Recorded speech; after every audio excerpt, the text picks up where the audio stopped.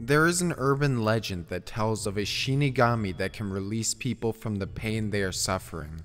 This angel of death has a name, Boogiepop, and the legends are true. Boogiepop is real. When a rash of disappearances involving female students breaks out at Shinyo Academy, the police and faculty assume they just have a bunch of runaways on their hands. Yet some students know better. Something mysterious and foul is afoot. Is it Boogiepop, or something even more sinister?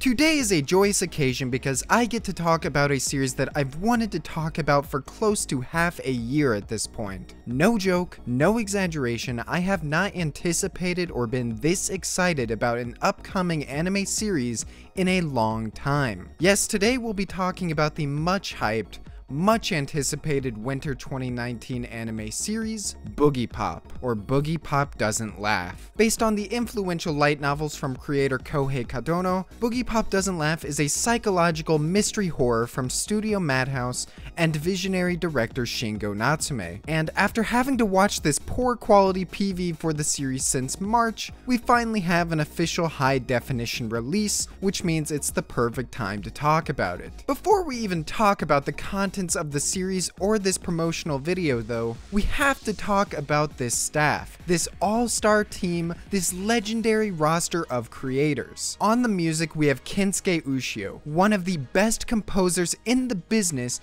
because literally every soundtrack he touches turns to gold. A Silent Voice, Ping Pong the Animation, Liz and the Bluebird, and this year's Devilman Crybaby all make up his works. And if you've watched any of the aforementioned anime there, you'll know the level of personality and raw emotion he brings to his pieces. In this PV alone, you can hear his style injected into the music. The minimalist piano escalating into the high-octane electronic music is very much up his alley. On the series composition and overall structure of the story, we have Tomohiro Suzuki, a man who has collaborated with the series director and written both the composition and the script for One Punch Man and Aka 13, which I think most people would agree are excellent and structured very well. And last but certainly not least, the man, the myth, the legend, Shingo Natsume, acting as director and where most of the clout on this series is coming from. You will likely know him as the man in charge of the previously mentioned One Punch Man and Aka 13, as well as Space Dandy and Space Dandy Season 2. The reason this man has gained such a reputation with such a limited catalog is because of the sheer talent he's brought to every single one of his projects, as well as the prolific animators he has connections with. One Punch Man and Space Dandy are renowned for having some of the most impressive sequences of animation in history, and that's due to both Natsume's excellent direction and his gathering of some of the most talented animators working today. Yoshimichi Kameda, Yutaka Nakamura, Shinya Ohira, Toshiki Sato, Gosei Oda, Bahi JD, Arifumi Imai, the list goes on and on. It's when you look at the Boogiepop PV itself then that you can see Natsume's stamp printed all over it. This is a horror series surrounded by supernatural powers, and so the conveyance of said powers and how these characters battle and use them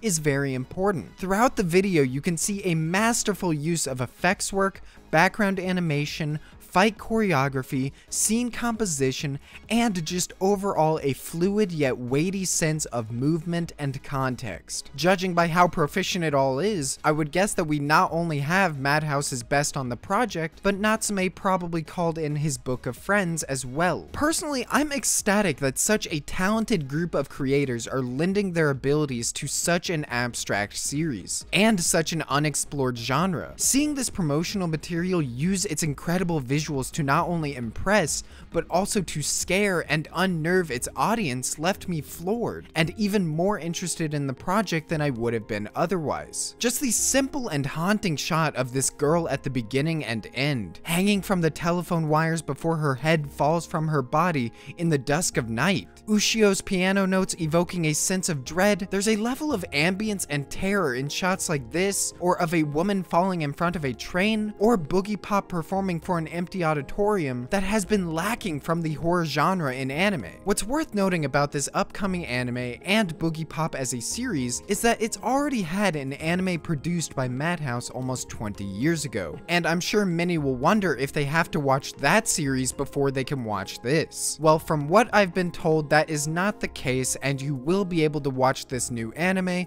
without any prior knowledge of the series. In fact, from what I've read, this series will be adapting the Boogiepop light novel starting from the beginning, Volume 1, whereas the older anime was an original story set in the middle of the Boogiepop light novel chronology. So if anything, it might be better to watch that after either watching this new series or reading the novels themselves. However, I will leave that decision up to you. I'm just here to spread the word about what very well might end up being one of the best series from next year. Boogiepop Doesn't Laugh is scheduled to air in January 2019, making the upcoming winter season even hyper than it already was. Boogiepop, Mob Psycho Season 2, and Promised Neverland all within the same season? God, I cannot wait. But that has been all from me for this special overview of Boogiepop Phantom. Thank you all so much for watching. Let me know if you're excited for this project as much as I am, and if you enjoyed any of my insight or opinions here, I would really appreciate it if you liked the video. Make sure to subscribe to keep up with me detailing various series I'm excited for, as well as my other anime content in the future. And if you want to talk or get in touch with me someplace else, you can find me on Twitter or my Discord server where I am always hanging out. Links will be in the description, and of course, as usual, have a great day.